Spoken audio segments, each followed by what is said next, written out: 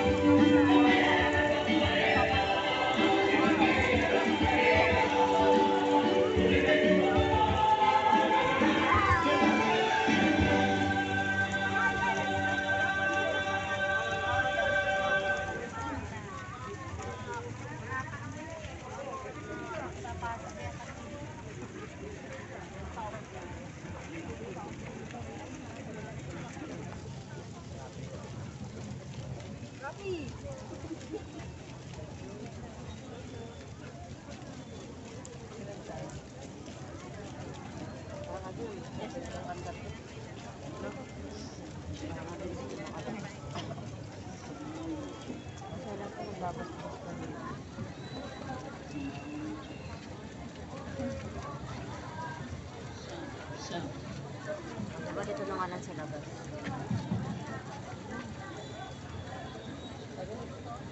Hosana sa kaitaasan. Ulitin po natin. Hosana sa kaitaasan.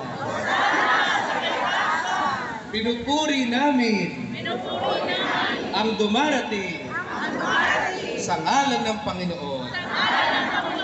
Hosana sa kaitaasan. 5 linggo na tayong naghahanda ng sarili para sa pagdiriwang ng Pasko ng Pagkabuhay.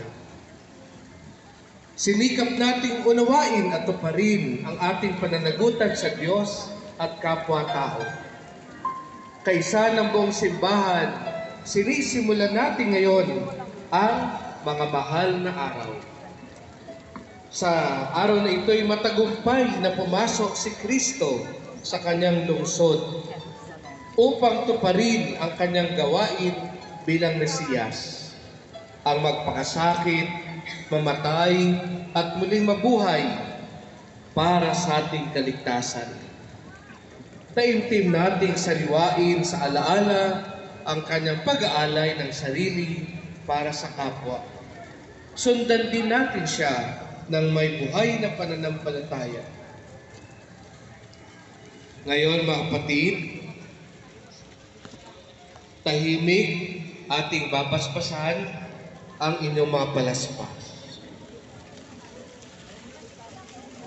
Ama namin mapangyarihan, ang mga palaspas sa ito'y inyong pagpalain at pabanalin upang sa masaya naming pagbubuni sa Mesiyas na aming hari siya'y aming masundan at sa pamagitan ay aming sakitin ang hindi magmamaliw na lungsod ng Jerusalem na kanyang pinagaharian.